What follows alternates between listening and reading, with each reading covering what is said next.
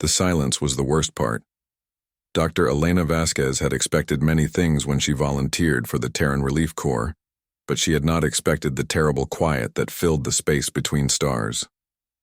Where battles had raged for 3 years, now only empty void remained. The great fleets were gone. The proud colonies were ash. All that was left were the refugee ships, packed so full of survivors that people slept standing up. Elena pressed her face against the small window of the transport ship as Station Kepler 7 grew larger. The station was huge, built to handle cargo ships and military vessels. Now it served as a refugee center for anyone who had escaped the Vega Sector War. The war was over, but the real work was just beginning. When the transport docked, Elena grabbed her medical bag and followed the other relief workers through the airlock. The station smelled like too many people in too small a space. The air recyclers worked constantly, but they could not keep up with the crowd. People from dozens of different worlds filled every corridor and room, but it was not the adults that made Elena stop in her tracks. It was the children. They were everywhere. Small faces looked up at her from every corner. Some were human, but many were not. She saw the blue-scaled cubs of the Zephyrian people, their chest patches dim with sadness. Corvan pups huddled together, their fur matted and dirty. Tiny Solani saplings sat in makeshift soil boxes, their leaf hair brown at the edges. A station worker noticed Elena staring. 10,000 of them, he said quietly. Maybe more. All orphans. Parents killed in the fighting or lost when the evacuation ships got separated. We were trying to sort them by species, but... He shrugged helplessly. Elena followed him through the station. What she saw made her heart break. The children were packed into cargo bays that had never been meant for living beings. Each bay held a different species, but the separation seemed cruel. Through the gaps in the barriers, she could see small hands reaching for each other. Children from different worlds trying to touch, to comfort, to connect. In Cargo Bay 7, Zephyrian cubs sat in perfect rows. Their people valued order and harmony, but these cubs looked lost without their swarm parents to guide them. Their bioluminescent patches flickered weakly like dying stars. Cargo Bay 9 held the Corvan pups. They should have been playing and wrestling, learning pack hierarchy through rough games. Instead, they lay quietly, their usual howls reduced to soft whimpers. Without a pack leader to follow, they did not know what to do. The Solani saplings had the worst conditions. Crammed into Bay 12, they wilted in shallow dirt boxes. Their people needed deep soil and careful nutrients to grow properly. Here they were slowly dying from lack of proper care. But the worst bay was Bay 15, where the human children waited. Elena had expected to feel more at home with her own species, but these children looked just as lost as all the others. A little girl with dark hair sat alone in a corner, clutching a torn stuffed animal. Elena knelt down beside her. "Hello there. What's your name?" The girl looked up with big brown eyes. "Sarah," she whispered. "Are you here to take me away too?" "No one's taking you anywhere you don't want to go," Elena said gently. "I'm here to help." Sarah pointed through a gap in the bay wall. "My friend is over there, Buzz. He's scared and won't eat." Elena looked where Sarah pointed and saw a Zephyrian cub sitting alone, his chest patches barely glowing. "How did you meet Buzz?" "When we first got here, before they put up the walls. He was crying, and I shared my food bar with him. Now I can't reach him anymore." Sarah's eyes filled with tears. "Why did they separate us? We weren't hurting anyone." Elena spent the rest of the day walking through the station. She talked to relief coordinators from different species. Each group had its own ideas about what to do with the orphans. The Zephyrian swarm keeper wanted all the cubs sent to their homeworld for proper raising. The Corvan pack mother insisted the pups needed military families to teach them warrior ways. The Solani root tender worried about cultural contamination if the saplings stayed too long with other species. But as Elena listened to the debates, she kept thinking about Sarah and Buzz. She thought about all the small hands reaching through the barriers. These children had found each other in the darkest time of their lives. They had comforted each other across the vast differences between their species, and now the adults were tearing them apart. That night, Elena could not sleep. She walked through the quiet corridors of the station, past the sealed cargo bays. From Bay 7 came the soft, sad songs of the Zephyrian cubs. From Bay 9, she heard the lonely howls of Corvan pups calling for packmates who would never answer. From Bay 12 came silence, which was worst of all. She stopped outside Bay 15 and heard Sarah's voice, very quiet. The little girl was talking through the wall to someone on the other side. Elena listened and realized Sarah was teaching someone how to count in standard. A small clicking voice answered back, trying to copy the human words. Elena pressed her ear to the wall and heard more voices. Other children from different bays had found ways to talk to each other through gaps and air vents. They were sharing stories, teaching each other games, creating their own small language of friendship that crossed every boundary their elders had built. In that moment, Elena knew what she had to do. It would be the hardest thing she had ever attempted. It would go against everything the species representatives wanted. But watching these children reach for each other in their darkest hour, she realized they were already showing everyone the way forward. The next morning, Elena requested a meeting with Admiral Chen and the Multi-Species Relief Council. She spent hours preparing her presentation, gathering data about child development and interspecies psychology. But in the end, her argument was simple. These children have lost everything, she would tell them. Their worlds, their families, their entire way of life. But they haven't lost their ability to love. They're forming bonds across species lines that their elders said were impossible. They're teaching us that maybe the differences between species aren't barriers to overcome, but strengths to celebrate. Elena looked out at the stars through her small quarters window. The war was over, but its children remained. 10,000 orphans from 17 different worlds all crowded into cargo bays, all reaching for each other through the walls that adults had built to keep them apart. Tomorrow she would ask the impossible. She would propose something that had never been tried in the galaxy's history. She would ask them to tear down those walls and let the children build something new together, something that honored where they came from while creating something entirely different for where they were going. She thought about Sarah and Buzz, separated by just a thin metal wall but connected by something much stronger. Love, Elena realized, needed no translation. And maybe, just maybe, that would be enough to change everything. The war had orphaned 10,000 cubs, but Elena was beginning to think that maybe, with enough courage and hope, those cubs could orphan the hatred that had caused the war in the first place. The conference room felt like a courtroom. Elena sat at one end of the long table, facing Admiral Chen and representatives from 17 different species. Each alien wore the formal dress of their people. The Corvin pack mother's battle scars gleamed under the lights. The Zephyrian swarmkeeper's chest patches pulsed in slow, thoughtful rhythms. The Solani root tender swayed gently, leaves rustling with barely contained irritation. Elena's hands trembled as she activated her presentation display. She had spent 3 sleepless days preparing for this moment. Everything depended on the next hour. "Thank you for agreeing to hear my proposal," Elena began. Her voice sounded small in the large room.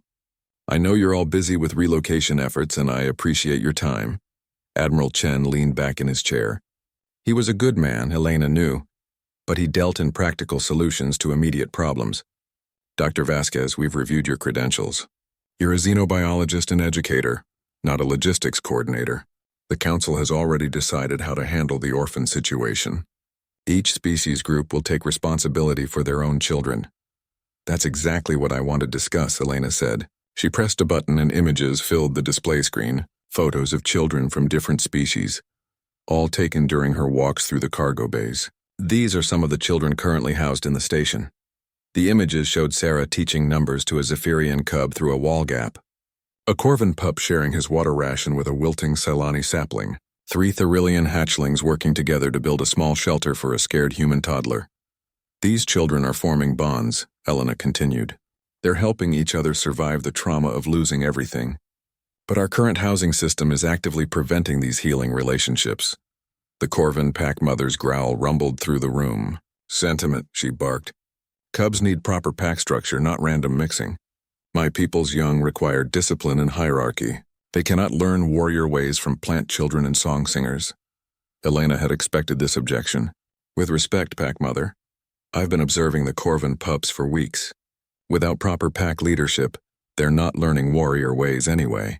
They're becoming listless and depressed, but when they interact with children from other species, they naturally take on protective roles.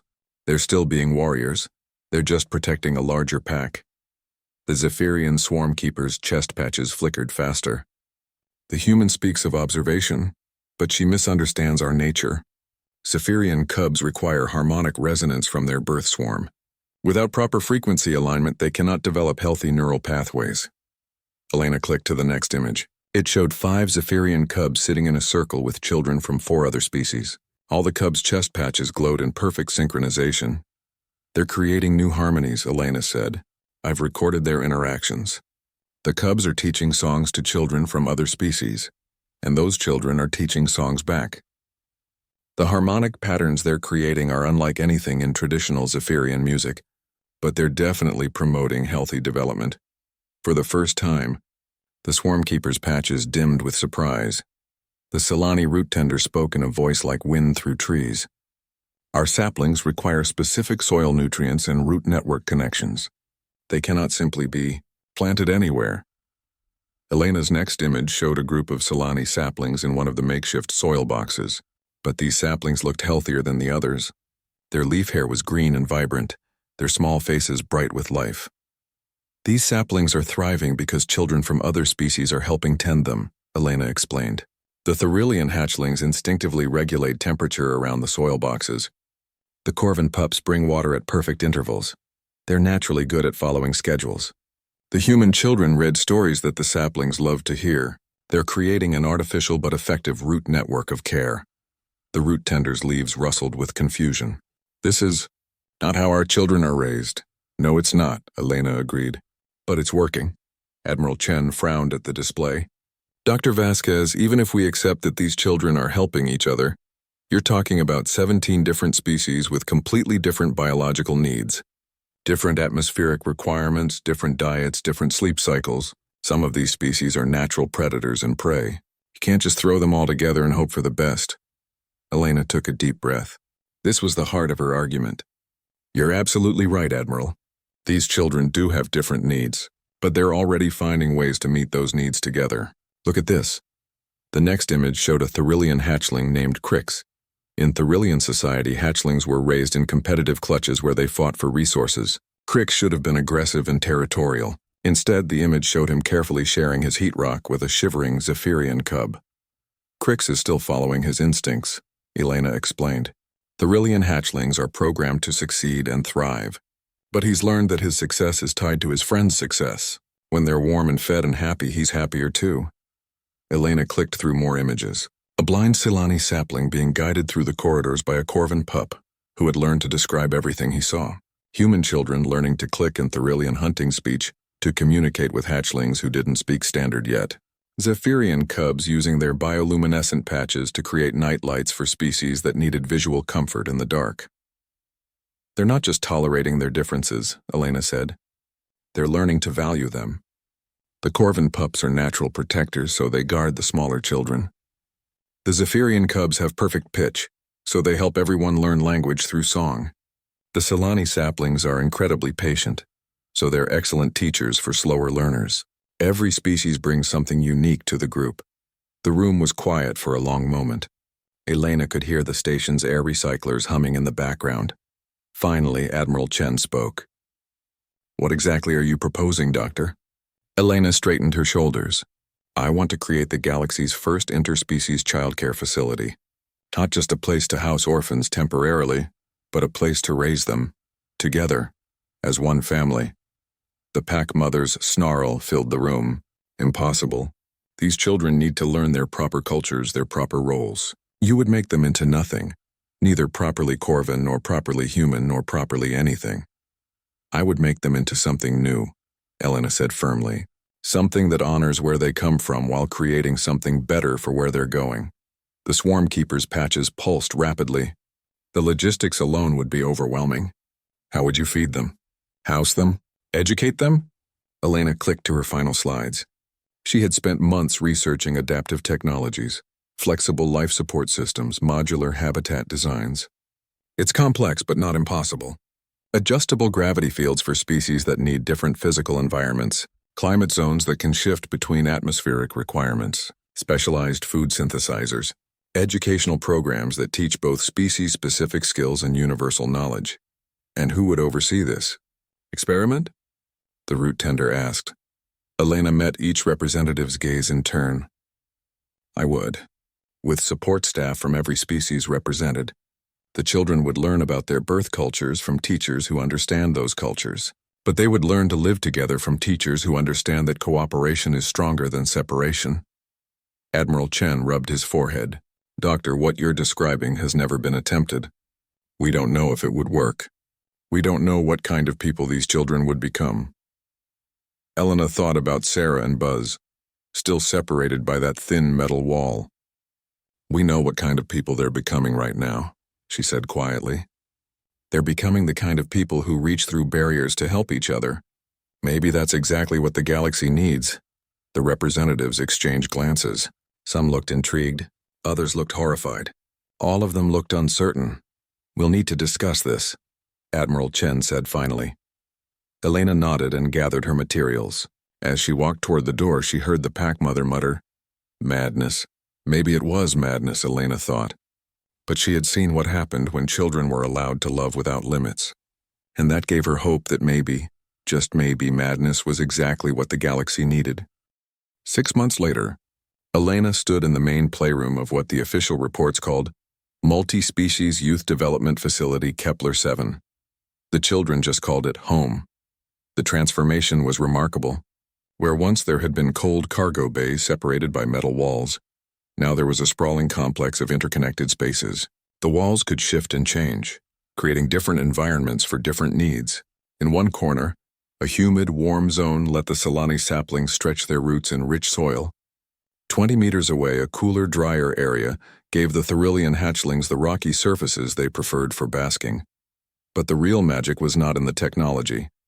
It was in watching a Corvan pup named Snarl carefully washing the delicate wing membranes of his best friend Harmony, a Zephyrian cub. 6 months ago, Corvan and Zephyrian children had been natural enemies, their species locked in territorial disputes for generations. Now, Snarl hummed along with Harmony's melodic chirps as he helped her preen. Elena smiled as she watched them, but the smile was tired. The past 6 months had been the hardest of her life. Building the facility had been the easy part. Learning how to make it work had nearly broken her. The first month had been a disaster. Despite all her research and planning, Elena had underestimated how deeply species instincts ran. The Thrillian hatchlings, following millions of years of evolutionary programming, had tried to hunt the smaller children from prey species. The Corvan pups had formed aggressive packs that bullied anyone who would not submit to their dominance. The Zephyrian cubs had created exclusive swarms that excluded anyone who could not match their harmonic frequencies. Elena remembered the worst day, 3 weeks after the facility opened. She had walked into the main playroom to find it divided into hostile territories. The Thrillian hatchlings controlled one corner, hissing and snapping at anyone who came near. The Corvan pups had claimed the center area and were howling challenges at everyone else. The prey species, Silani saplings, Quellan sprouts, and smaller children from peaceful worlds, huddled together in the far corner, too frightened to move. That night, Elena had sat in her small office and cried. Maybe the species representatives had been right. Maybe some differences were too great to bridge. Maybe she was just a foolish human who did not understand how the galaxy really worked. But then she remembered why she had started this project. She thought about Sarah and Buzz, about all the small hands reaching through barriers. These children had found each other once before. They could do it again, but only if Elena was smart enough to help them. The breakthrough came when little Harmony got sick. The Zephyrian cub had caught a respiratory infection that threatened her delicate wing membranes. In the wild, a sick cub would be protected by the entire swarm. Here, Harmony was alone, separated from the other Zephyrian children by the territorial divisions that had formed. Elena had expected to handle the crisis herself, but when she arrived at the medical bay, she found she was not needed. Crix, a Thrillian hatchling who had been one of the most aggressive hunters, had moved his warming rock to Harmony's bedside. He maintained the exact temperature she needed for healing, adjusting the rock's position every few minutes with careful precision. Snarl stood guard at the door, his young face serious with responsibility. Any child who tried to enter had to explain their business to him first. He was not being aggressive or territorial. He was being protective. Willowshade, a Silani sapling who barely reached Elena's knee, had woven a crown of bioluminescent flowers. The gentle light helped regulate Harmony's circadian rhythms, speeding her recovery. Other children brought gifts. A human girl named Maya shared her favorite stuffed animal. A Quellen sprout offered part of his stored food reserves. Even children from species that had never interacted before found ways to help. Elena watched them care for Harmony and realized her mistake. She had been trying to force cooperation through rules and structured activities. But children did not learn to love through rules. They learned through need, the need to care for someone who was hurting. From that day forward, Elena changed her approach.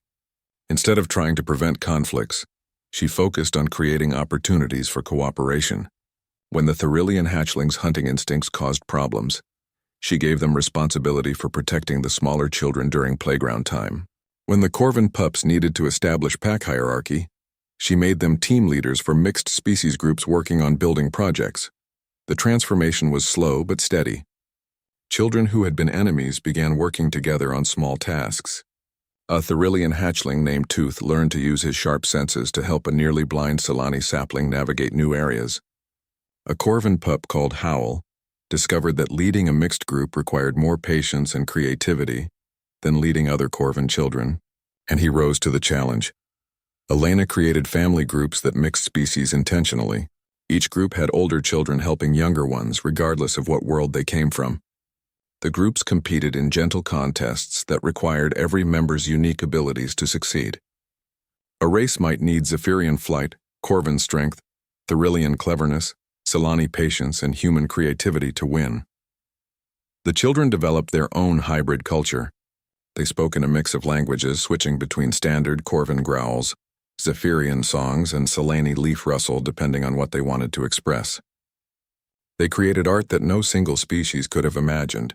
Sculptures that combined Therilian precision with Silani organic beauty, songs that mixed Zephyrian harmonics with human melodies and Corvin rhythm. Most importantly, they created their own traditions. Every week they held Story Circle, where children from each species shared tales from their homeworlds. They celebrated Difference Day, where everyone taught their unique skills to the others.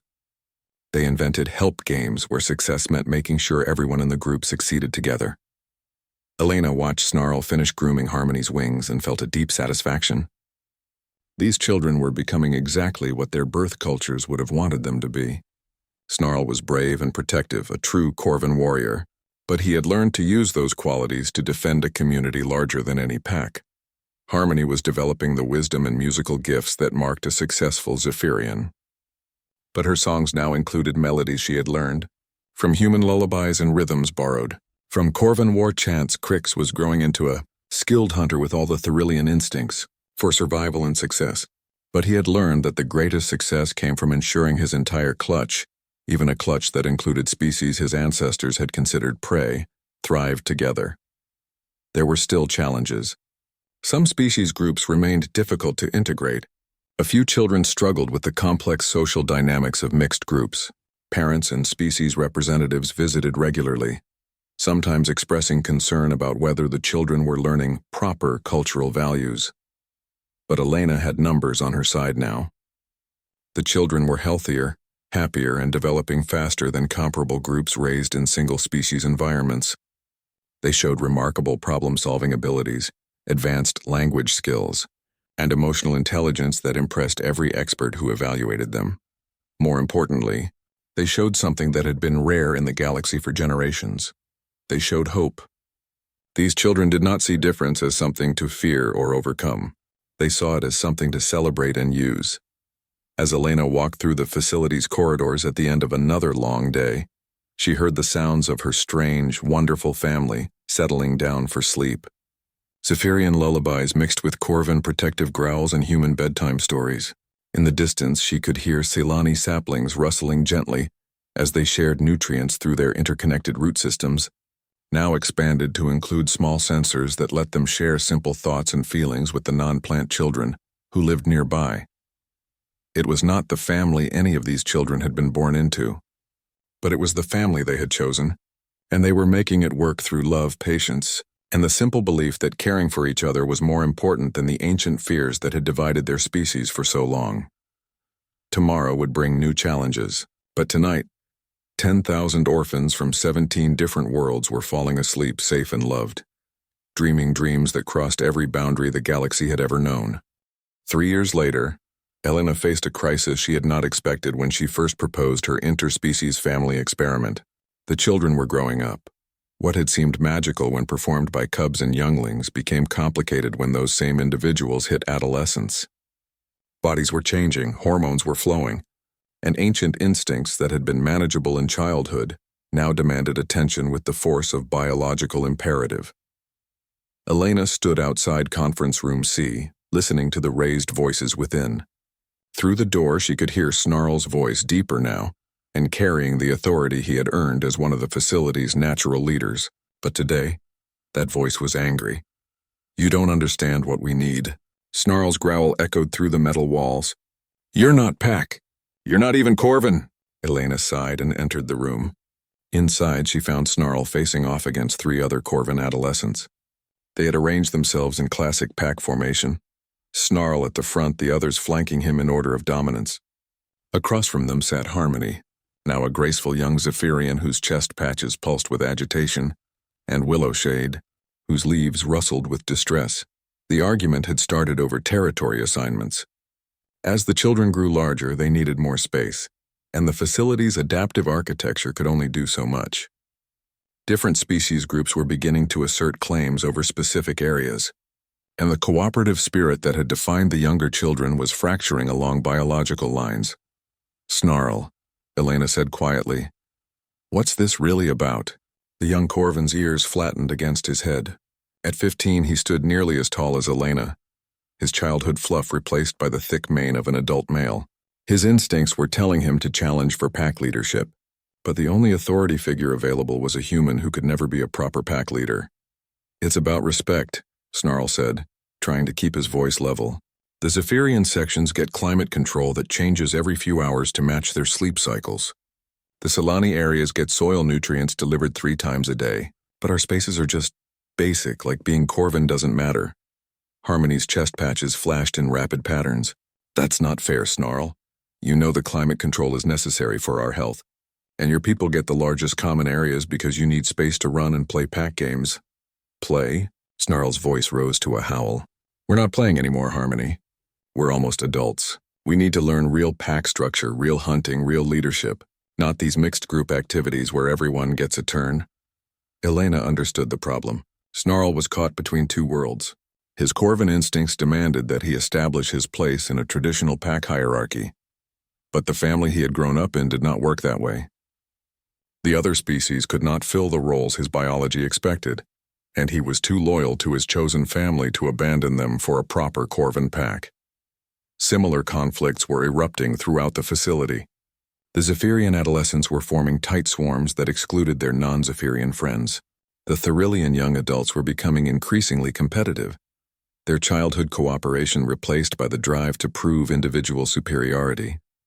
Even the usually peaceful Solani saplings were clustering together, their root networks becoming exclusive communication channels that left other species feeling isolated. Elena had tried traditional solutions. She had brought in species-specific counselors to help the adolescents understand their changing needs. She had created separate spaces where each group could practice their cultural traditions without interference. She had even arranged for visits from adult pack leaders, swarm keepers, and clutch mothers who could provide proper guidance. But every solution seemed to drive the groups further apart. The children who had once shared everything now ate in separate dining areas. Mixed species family groups were dissolving as adolescents chose to room with their own kind. The hybrid language they had created was being abandoned in favor of species-specific communication. Elena was losing them, and she did not know how to stop it. The breakthrough came from an unexpected source.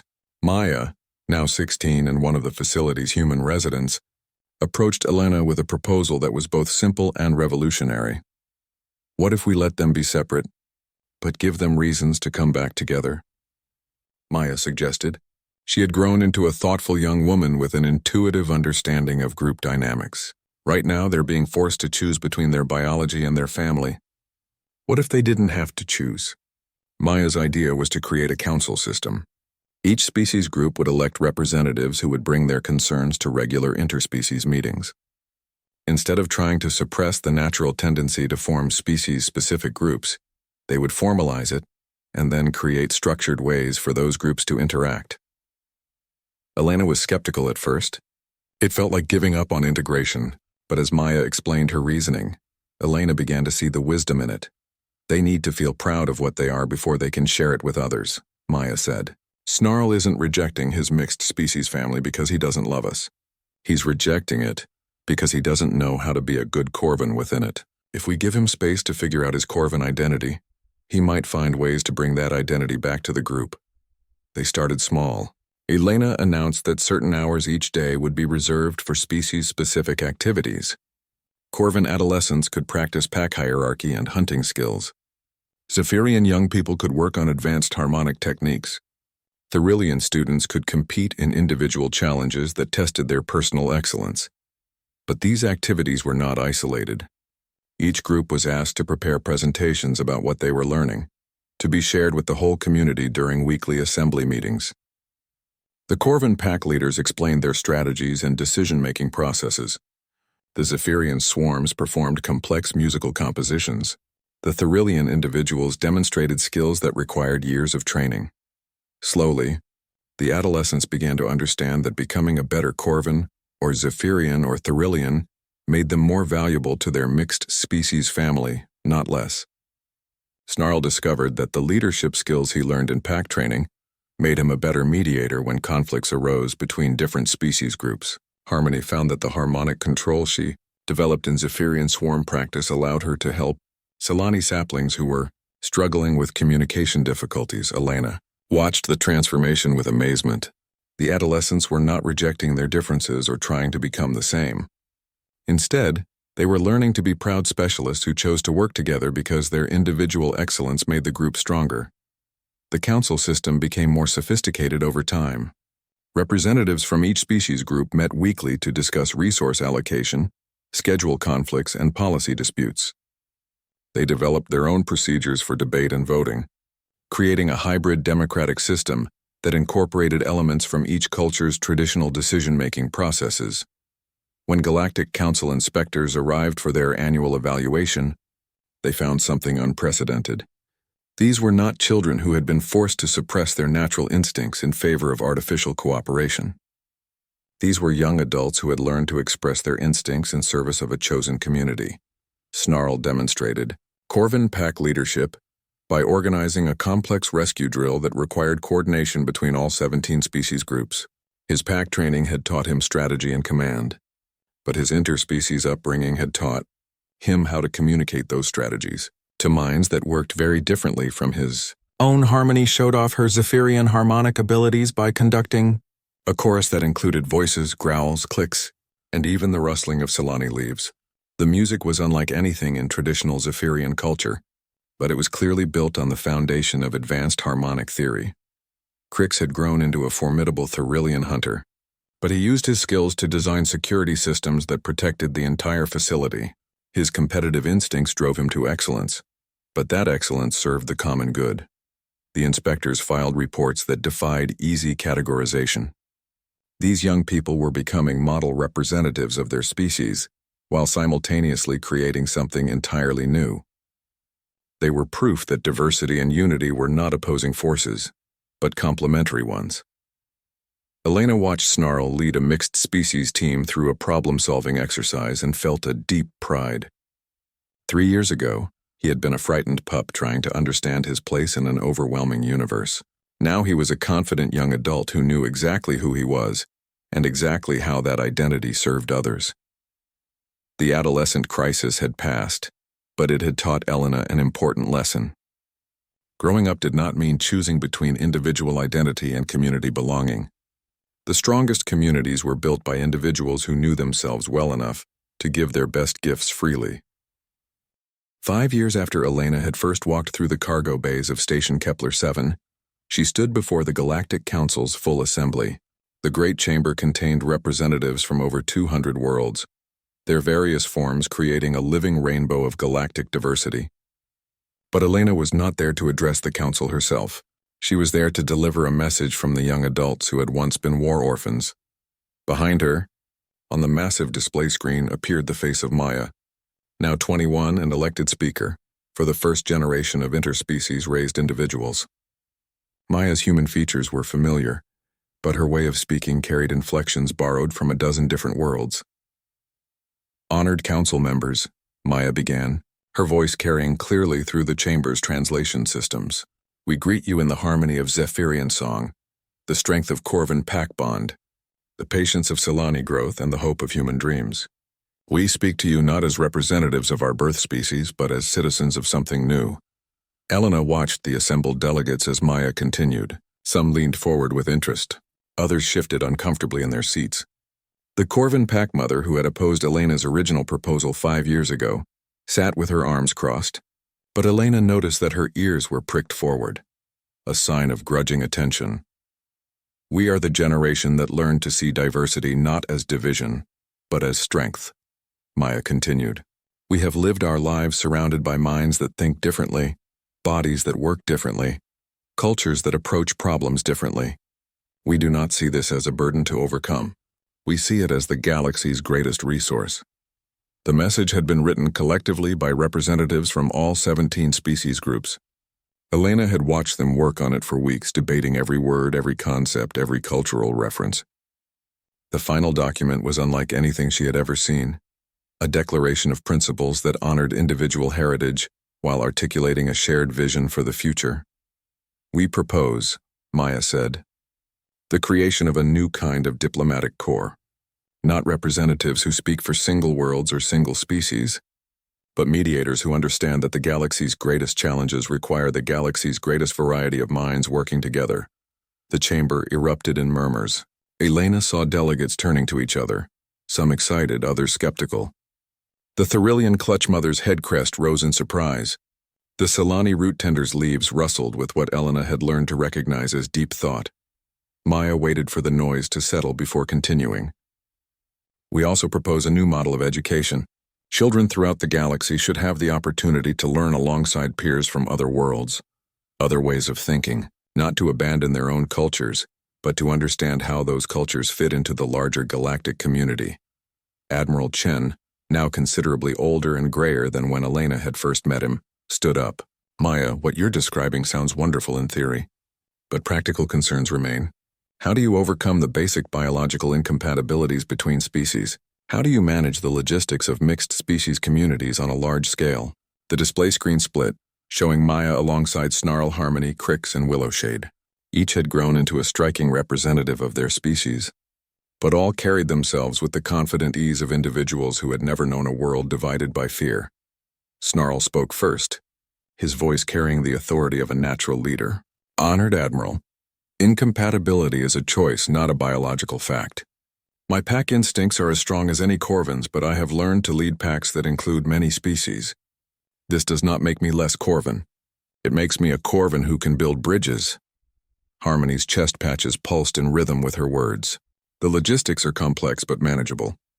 We have created detailed protocols for mixed atmosphere environments, dietary accommodation systems, and cultural celebration schedules. Our generation has been testing these systems for years. They work." Crix clicked his agreement. "The challenge is not technical. The challenge is psychological. Adults see differences as problems to solve. We see them as resources to use." Willowshade swayed gently as she spoke. "We have proven that children from different worlds can grow up together without losing their individual identities. Instead, they gain something more: the ability to see beyond the limits of single-species thinking." Elena watched the council members' faces as the young adults answered their questions. These were not naive children proposing an impossible dream. These were competent, thoughtful individuals who had lived their entire adolescent lives solving exactly the problems the council claimed were unsolvable. The Corvin pack mother stood slowly. Elena held her breath, remembering their confrontational first meeting. 5 years ago, the pack mother said, her voice carrying clearly through the chamber, "I told Dr. Vasquez that her proposal was madness. I said that Corvin cubs needed proper pack structure, proper discipline, proper cultural education." She paused, looking directly at Snarl on the display screen. "I was wrong." Elena felt tears prick her eyes as the pack mother continued. "This young male shows more true Corvin leadership than any warrior I have trained. He understands pack loyalty, But he has expanded his definition of pack to include the entire galaxy. He is exactly what our people hope to raise, but better than we ever imagined possible. Similar testimonials came from other species representatives. The Zephyrian Swarmkeeper praised Harmony's musical innovations. The Thurilian Clutch Mother commended Crix's competitive excellence. The Solani Root Tender spoke of Willowshade's patient wisdom. But the most powerful testimony came from an unexpected source. A young Quellan delegate stood up in the gallery, one of the few species that had not had children in the original orphan group. "My government sent me here to observe these proceedings," the Quellan said, her translator rendering her clicks and whistles into standard. "But I must speak for myself. My homeworld is facing territorial disputes with 3 neighboring systems. Our traditional negotiation methods have failed. We need mediators who can think beyond our cultural limitations." She looked up at the display screen.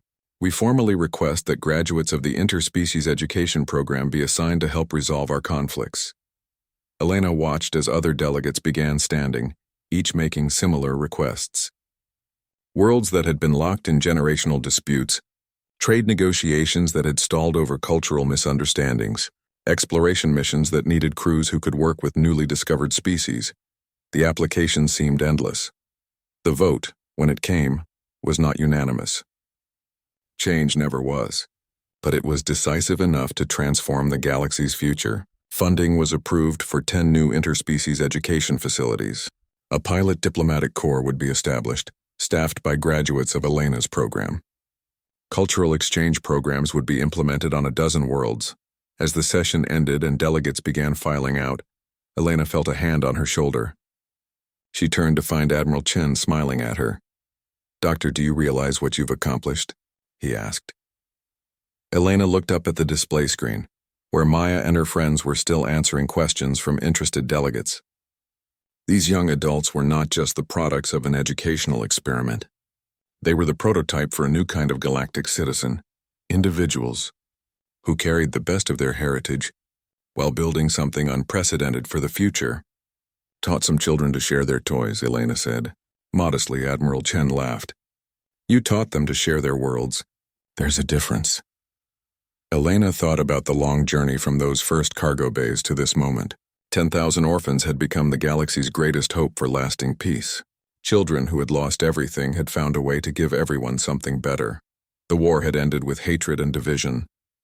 But from its ashes, one human teacher and 10,000 brave children had planted seeds of cooperation that would grow across the stars.